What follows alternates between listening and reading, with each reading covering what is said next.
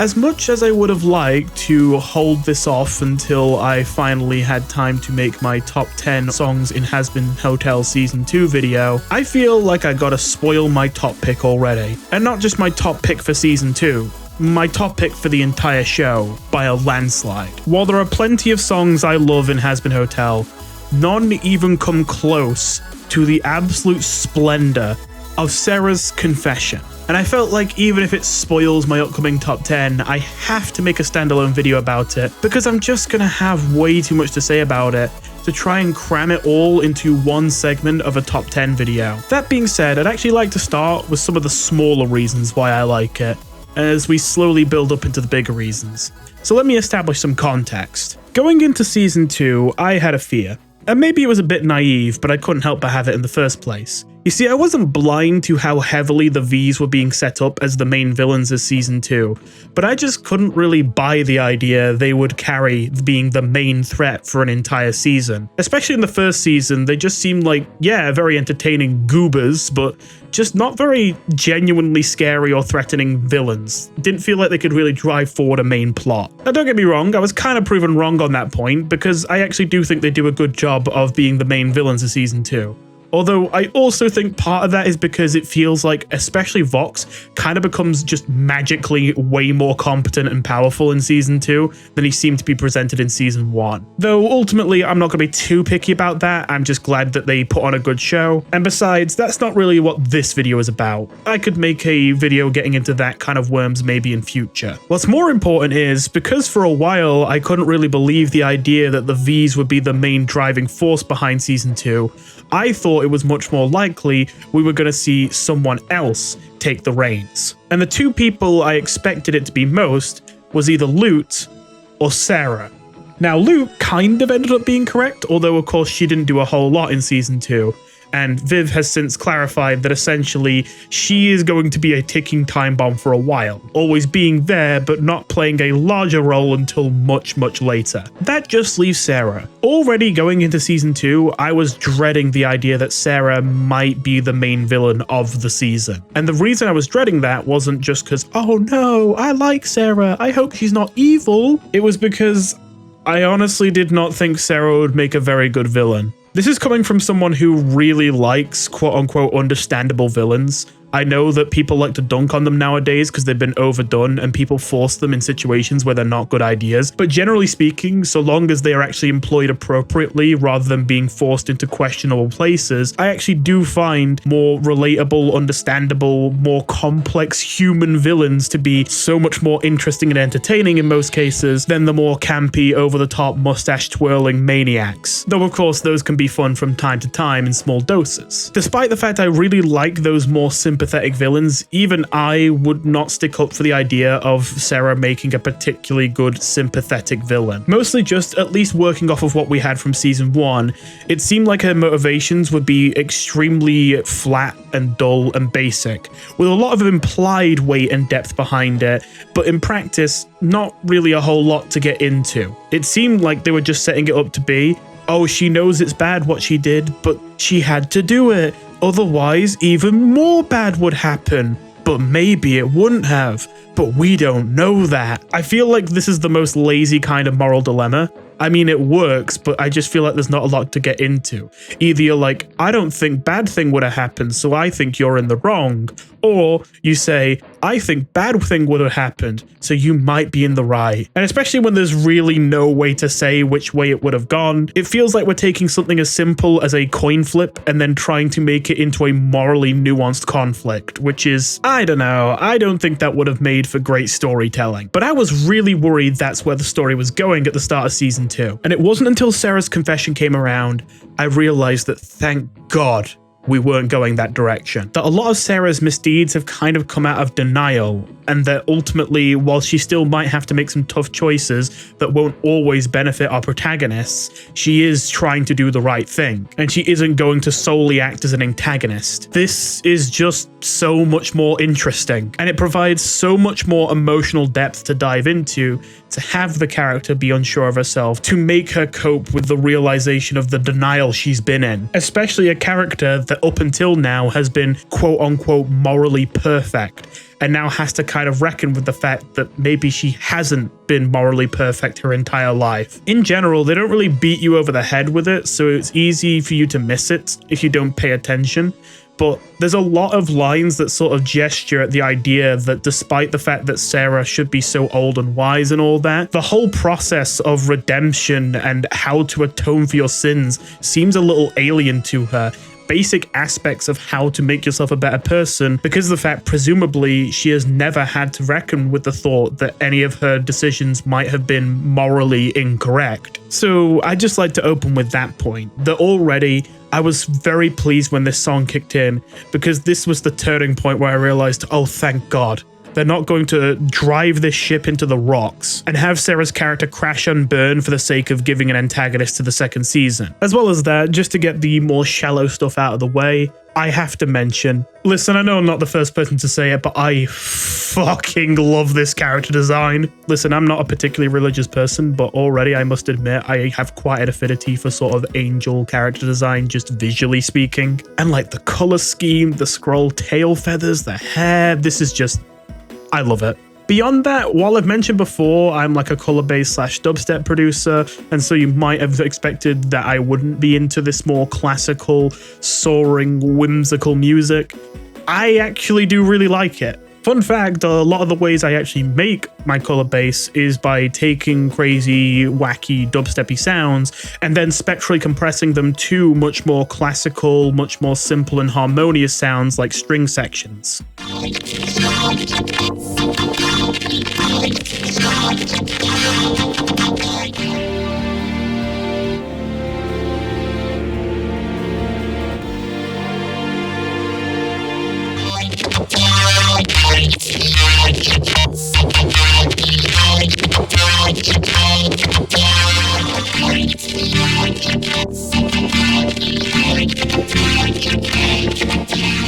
So I still very much have an appreciation for, I guess, the more straightforward stuff. And in particular, I feel like this soaring, whimsical orchestral music is something that sometimes I sorely miss. And quite frankly, they do an amazing job of it in this song. And lastly, as usual, kind of goes without saying with Hazbin Hotel, but once again, this is a highlight even within the show. The singing is amazing, especially from the Speaker of God. Really, the only notes from this quick, rapid-fire, more superficial section is that I am a little disappointed that the Speaker of God seems to have gone kind of their own direction. Even though I'm not a bigger religious guy, I am into the Persona and Shin Megami Tensei games, so I know a little bit more about religious stuff than I probably would otherwise, basically just for being a nerd for the different personas and demons in those games. And so I know a little bit about different mythologies about who or what the Speaker of God is. In the Persona and Shin Megami Tensei games, they are typically depicted as Metatron. You might notice they are this weird robot-looking angel, and that's actually quite intentional. They are supposedly God's highest ranking angel,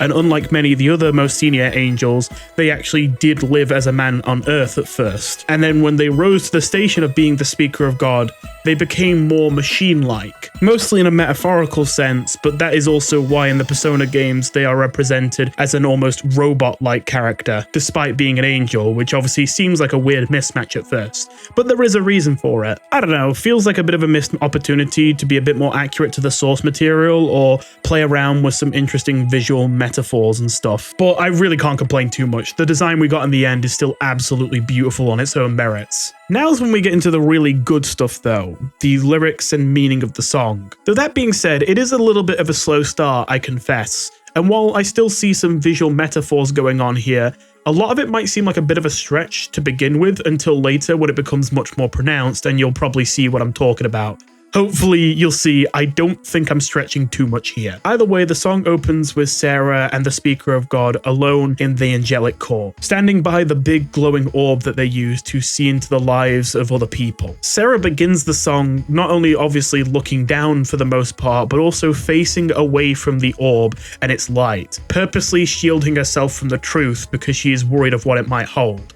Instead looking to the speaker for comfort, almost like she wants to be shielded from that truth she knows is looming behind her. I think this is reinforced a little bit by the fact the moment where she finally turns and faces the orb is as she says, "Now I'm faced with the truth." And as she stares into it, she sees all the atrocities that the exorcists committed under her command, that she enabled and she averted her eyes from for so long. And to be fair, maybe this is just me being more emotionally invested in the story of Hazbin than maybe your average person, but I also found it particularly satisfying to hear her confess out loud that she cannot believe she could trust in a justice so cruel and depraved. This in particular was just already something that got me hyped for this song, because I must admit, the first season left me in a bit of an unsatisfying position. I feel like with how little we got to see of Sera in season 1, it was left a little ambiguous exactly how torn up she really is about the exterminations. I mean, sure, she definitely doesn't seem to think super highly of the way that Adam and Luke conduct themselves, but I feel like there was too much of a grey area left where I could see 3 possibilities. One, that essentially she realizes it's kind of terrible stuff, but thinks, well, it doesn't matter, it's being done to demons, so who cares anyway. 2 is that she honestly genuinely doesn't have a problem with it, she just doesn't like the way that Adam and Luke conduct themselves and how unprofessional and unbecoming of angels it is. And 3, what I was always hoping is that she just simply didn't want to look at all the horrible things she was doing, but she knew deep down it was wrong. Though I'm not going to lie, with just the first season, I was a lot more worried it was just this callous disregard, this feeling of, oh, it's disgusting because it's unprofessional and just gross. I don't care necessarily that I'm killing millions. After a couple years of having to basically just sit uncomfortably with that feeling that Sera might just not give a damn about all the harm she's causing, it is so satisfying to hear her just say it. Just admit out loud with practically no prompting, this was cruel and depraved. The speaker then gets to respond with her own little verse. And I also think, while it's small, I really appreciate it. I will acknowledge that to some extent, a lot of the stuff I'm going to say in the analysis of the words the speaker has could be seen as pretty generic moral advice that might not seem super powerful. And I suppose I could sympathize if some people felt that way. But for me personally, I think it's the smaller details in how it's handled that make it land so well. She tells her, one seeks an answer that one cannot grant her. You're looking for light, only you could ignite. Every transgression must serve as a lesson. Yesterday you drew sorrow, what will you do tomorrow? From a distance, this can look pretty standard. Hey, you did a bad thing, but don't worry, maybe you can do a good thing now. But of course, it goes deeper than that when you look closer. Sera is genuinely in a very vulnerable position right now, and the speaker does want to comfort her, empower her to do good in some capacity, but at the same time, she needs her to understand that she's gone about this all wrong, that she has made a terrible mistake, and that she does need to change. And that's the thing. The change part. Although this theme is clearly played with a lot and isn't too hidden or subtle, they never really stop to direct your attention to it, and that is the idea that Sera kinda doesn't know what to do when you've committed a sin in the first place. Like I say, it doesn't seem like she's ever had to consider the consequences of her misdeeds, because as far as she's aware, she's always been morally perfect. And she now has to atone for her misdeeds, but she doesn't even really know how. If you pay close attention, mostly in this song, but even just in general dialogue or other songs including Sera, her perspective on atonement seems to be much more centered on finding the right answer. It's like she failed a test, and it seems like her focus is trying to find some impossible way to take the bad thing she's already done and make it good. Fix it in retrospect when it's just far too late now. What the speaker is really trying to tell Sera here is not only that she has to change, but she also still has to live with the consequences of what she's done. That there isn't something she can magically do to undo it or suddenly make it good instead of bad. But that also obsessing over the fact that she has finally failed will not bring any good. The important thing is to think about what she does next, what she does tomorrow. For as much as Sera may want this to be a situation where she simply apologizes to the speaker and the speaker tells her what to do to make it right, that is just not how morality works for the most part in reality. And for the most part, while visually the scenes that accompany these lines are mostly pretty straightforward, there is one little detail I'd love to point out, which I feel kind of reinforces the point that this is sort of telling Sera that no, there is no way to undo this, that you do have to live with this, but that you also have to realize that this isn't the end of your life. And I think that's the fact that as the speaker tells her that every transgression must serve as a lesson, she turns into the orb and looks at the speaker through her reflection. Only in the orb, in the reflection, she also sees an exorcist looming over her shoulder. An exorcist that isn't actually in the room with them, but still the ghost of her actions hangs over her shoulder. And it probably always will. The comfort and good intentions of the speaker is still there and still the most prominent figure, but that looming ghost of the exorcist figure can also never be erased. But all this has just been the build-up. This is the single scene that just instantly sold me on this song. This moment felt so good, I kind of expected it to just pause and let us sit in this for a moment. And I was almost amazed the song just kept going, kept piling it on when already the visual metaphor that starts this scene is just so striking. Sera slowly turns to the speaker and tells them, "I feel no wiser than when I commanded the slaughter of those sons and daughters." As the orb of light they have been using to see into the other worlds slowly turns into a pitch black eclipse. No longer a source of light, but rather something that obscures it. The very tool they use to look into the lives of those in hell without having to have any concern or sympathy for their plight. She sees it for what it is, that the way that it has allowed her to be aware of, but also be so personally disconnected from everything going on in hell, has allowed her to do such cruel and abhorrent things. What should have been a source of light has instead obscured the light. Because sure, she can look into the lives of the people of hell, but she isn't there with them. And so she doesn't truly understand what they're going through. Not until now. The depersonalization the citizens of hell have experienced at the hands of this tool is what led to all this bloodshed. And so, as this scene plays out, blood drips from all around the black orb. But I think the most underappreciated and underdiscussed aspect of the visual metaphors in this song is the fact that in this moment, Sera's position is flipped. She is no longer sitting in a comfortable court in heaven and looking into hell only through the orb. She is now standing on the battlefields of hell, surrounded by the dead bodies of all the people she killed with her decisions, staring up at the blackness of that orb, providing no more light, instead just dripping with blood.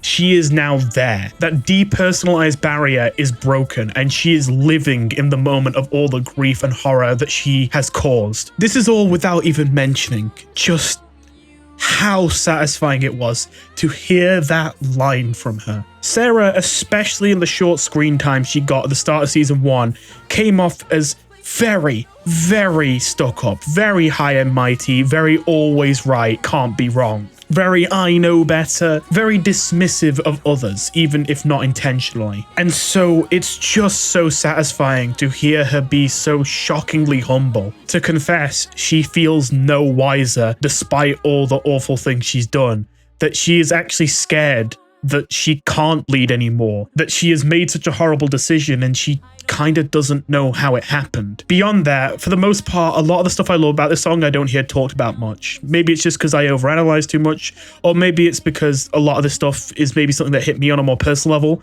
But I think this especially is just such a lovely line because it's one of the only things I see a lot of people talk about that also resonated heavily with me. And that's the fact she actually finally calls the denizens of hell her sons and daughters. It is actually insane how much this practically 2 seconds of video conveys about just how much of a harrowing change this has brought about in Sera. Like I said, when I first watched this moment struck me so hard, I almost expected the song to freeze for a moment just to let it set in, only to see it just keeps going.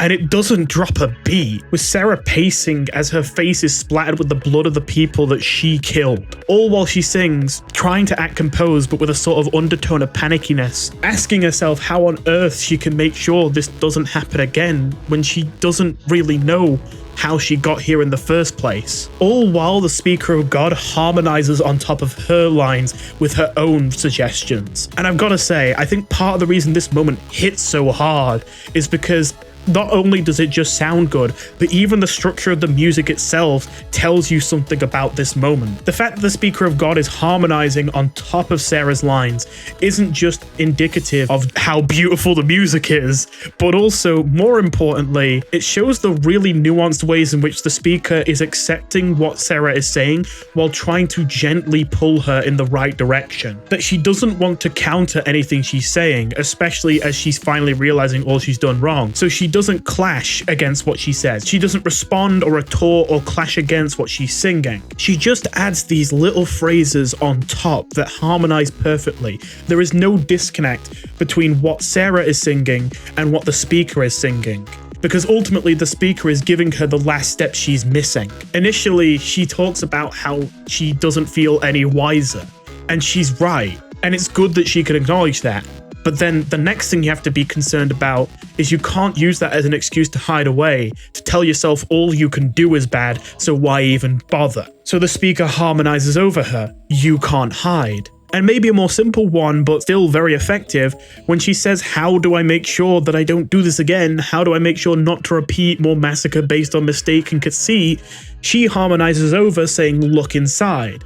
And while look inside is definitely a bit more wishy-washy, we're kind of, restricted by the few words she gets to sing, I still think it lands very well. Ultimately, in her heart of hearts, Sera always knew what she was doing was horrible. It's not something that's been dove into enough for me to say with certainty, but it definitely seems like she always had that feeling that this was awful, that she shouldn't be doing this, but that she tried to logically justify it to herself by saying, well, these souls are unsalvageable anyway. Who really cares what happens to them? She came up with a logic that could be used to dehumanize the people she was murdering so that then she didn't have to feel bad about it. But deep down, she always knew this was wrong, and the speaker is reminding her of that, telling her that the solution isn't to construct some new logical fallacy that can justify whatever action she might take next, like she almost is doing in the process of trying to figure out how to make this right. Like I said, with her seeming to not understand that this isn't really something you can make right at this point, that it's more about living with the consequence of your actions and moving on. And this amazing scene ends with a particular line that I find to be interesting. As Sera asks the speaker, essentially, whether it be naive for her to stand down and stop attacking Hell, as Sera agonizes and asks the speaker what the right decision is, considering that she wants to stop tormenting the people of Hell, but she also wants to make sure that heaven is still safe, and she doesn't know what the right decision is, the speaker responds to her, telling her, you can't know, though time flows on, so you must bear the cross bestowed upon you. I remember when I first watched this, while I love this moment just because the singing, the presentation is amazing, I did think to myself, is that a bit of a cop-out? Does that really give us any advice? Does that tell us anything? But the longer I've re-listened to this song, the more I've realized this is actually a really, really good line, because that's almost the point. You feel tricked into expecting that the speaker is going to have some grand moral that will explain everything here.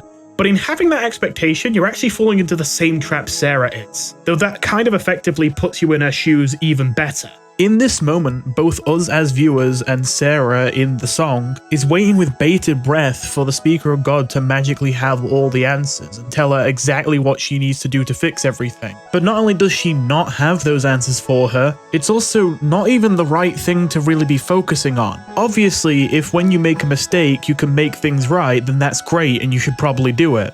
But sometimes you have situations where you can't. Or sometimes, like in this situation, you have situations where maybe you can, but the correct decision is something that no one can know. In those situations, it's tempting to agonize over every last detail, spend forever trying to figure out what is the right choice, what will fix all this. But that's the trap that the Speaker of God is trying to divert Sera away from in the scene.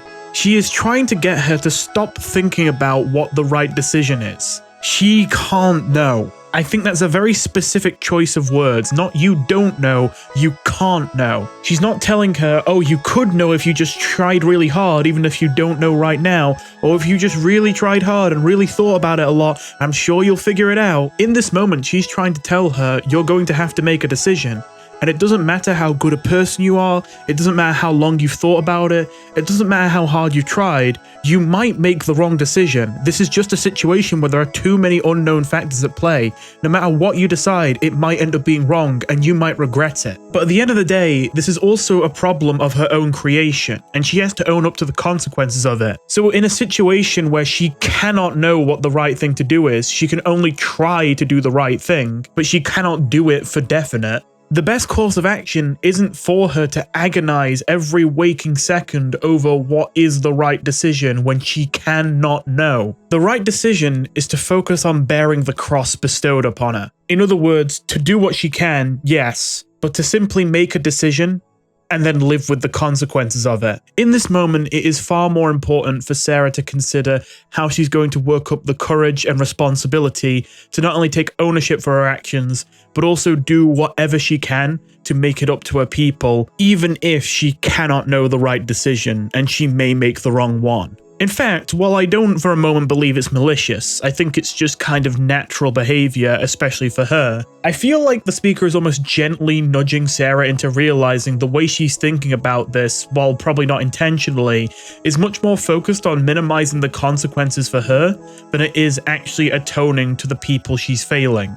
I mean, I'm not saying she is thinking about it in this cold and selfish way, but if you really consider what Sera's asking for, if she gets what she wants out of the speaker, if the speaker did have all the answers and she just told her, oh hey, by the way, just do this and everything will be fine, wouldn't that be awfully convenient for her? She wouldn't have to face her people and admit that she failed them. She wouldn't have to win back people's respect despite her flaws. Someone else could just do all the work necessary to solve her issues, and then she doesn't actually have to suffer any of the consequences for her own missteps. And if you think I'm stretching here, think about the very next line she says. Just before it goes into the final phase of the song, she responds to this comment about bearing the cross bestowed upon her by saying, "Take pity, I pray, give me a sign, what's your guidance, please show me the way." And yes, maybe that's not necessarily because she just wants to get out of the consequences, maybe in her mind it's because she's desperate to fix this. But she's actively asking for pity. She's behaving as if the speaker actually knows the solution and is just withholding it from her for fun or something. I mean, I don't know exactly how the rules work here, but I don't think she knows the answer. But it seems to Sera's mind she can't comprehend the idea that she couldn't have the answer. In Sera's mind, she must be doing this to her as a punishment for what she's done. She must be trying to make her life and her job so much worse and so much harder because of the fact she's already failed them once already. But that's not what the speaker is doing. She genuinely doesn't have the answers. And Sera wouldn't grow as a person if she told her, even if she did. This is not a question of the speaker being too vengeful and needing to take pity on Sera like she kind of frames it as here. I definitely think it's very intentional irony that in this moment Sera is an angel that is unwilling to bear the cross of their own mistakes. Not very Christ-like of her, if you really think about it. As you could probably tell, while initially on first listen, I said I was worried this line was a bit of a cop-out, and that I might realize that as good as the presentation is, this moment didn't actually have a lot of depth. The more perspective I've gotten on what this song is really about, the more I've realized, if anything, this might be the most powerful line in the entire song. With that said, moving on. In the final section of the song, the speaker takes flight and Sera soars after her. You probably get the idea by now, but I think that this is just further pushing that theme, that idea that the speaker of God is trying to show Sera that at this point she has to do it on her own, and she's in denial and still chasing after her, hoping that she can give her an out. And as she flies off, the speaker tells her, "You speak of choices made by other voices. You can only atone once you speak with your own." Part of the meaning of this is something I basically already covered in the last section. The idea that if she could give her the answer, and if she did, she could just absolve herself of all responsibility, all consequences for her actions. I mean, let's say the speaker just gave her an answer to satisfy her.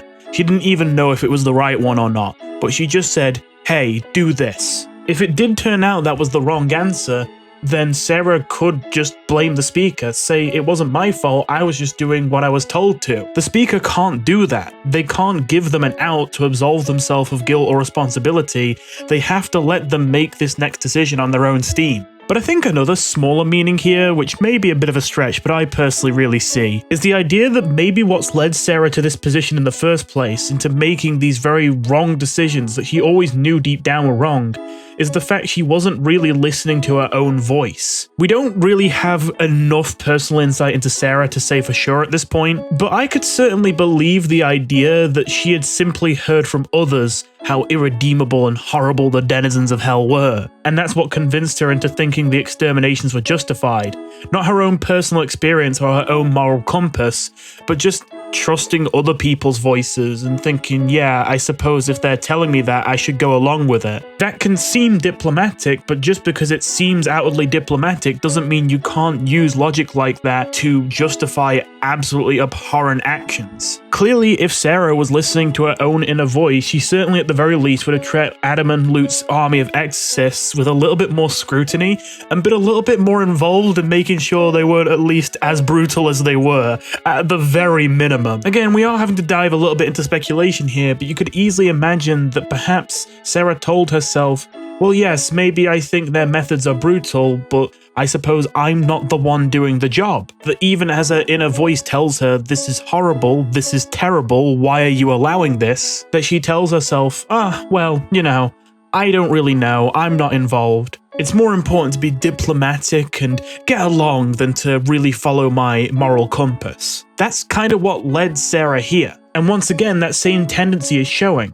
She's distrusting her own moral compass and instead looking to someone else. And while I realize that in the lore of the show, I have to imagine the Speaker of God probably outranks her, I think it's still quite important to point out that she was still the highest seraphim, and again, it seems before this point, they never even entertained the notion she could have made a morally incorrect decision. If she was able to be led astray, what makes her so sure that anything the speaker could say could guaranteed be morally correct? This is why it's so important for the speaker to tell her, this isn't about making choices based on other voices. This is about listening to your own moral compass, and making sure that this time you do what you always knew deep down was the right thing. After all, she can only atone once she speaks with her own voice. She can hardly atone for her past misdeeds by doing the same thing that got her in this mess in the first place, acquiescing to the thoughts and demands of other people. Once again, if the speaker did give her the answers, she would be atoning with the speaker's voice, not her own, so she wouldn't really be atoning in the first place. But ultimately, even after all this, to some extent, Sera is still left in some level of denial. She just can't comprehend what she's being told here. And so the song ends with her singing, if souls from damnation can earn their salvation and find their forgiveness on high, how do I? While she stands on the glowing orb that started the song, sitting atop it as if it was the earth, reaching out to the heavens. She finally knows what it feels like for everyone down in hell and for everyone on earth, helplessly sitting on the ground as the angels above fly away, seemingly not answering their cries. She finally gets the slightest taste of the very pain that she has likely unintentionally inflicted on millions. To wrap this up, I think this is a sentiment I might have shared before, but if it has, it's probably been a while, so I'll share it again. I'm not much of a writer, but one thing I definitely learned with the little writing I have done is that for a while I had this wall I just couldn't break through, where I would keep having ideas I thought I liked, only for me to realize, oh, that's actually more cliche than I thought the more that I think about it, until eventually I throw it out. For a while, this was just a massive roadblock. It felt like no matter what ideas I came up with, nothing's truly original. Everything is just too similar to everything else. You think you come up with a new idea and then you remember, oh wait, this is too similar to that other thing. What I learned from that was ultimately, eventually, I did start coming up with ideas that felt more original. But the interesting thing was, they didn't feel original to start. Almost every story in its infancy is a cliche, or close enough to a cliche. So don't worry about being cliche, so to speak. Worry about giving your story depth. Because literally, no matter how groundbreaking you think your favorite media is, even the most mind-blowing stories you know bear a resemblance in some form to a cliche story you've heard a million times. The thing that makes it memorable, the thing that makes it truly unique, are all the finer details it does that nothing else does. I say that because when I summarize what this song is really about, it sounds painfully stock. All this really is a song about taking accountability and learning from your misdeeds.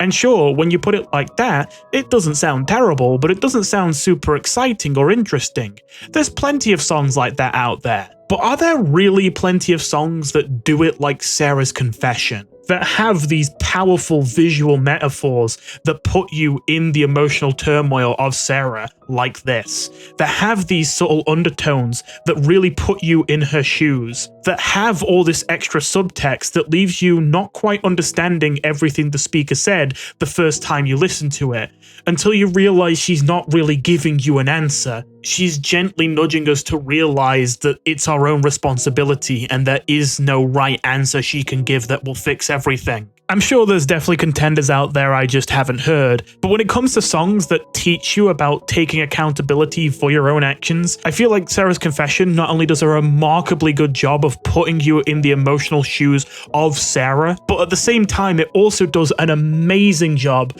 of making it so that on reflection, the more you think about the song and its subtext, the more you realize how it shows that Sera's approach is just so wrong, even though at first it seems so intuitive. Those two things almost contradict each other, so to strike a balance where you can get both of those right in the same song is really difficult. But Sera's Confession does it, and does it amazingly.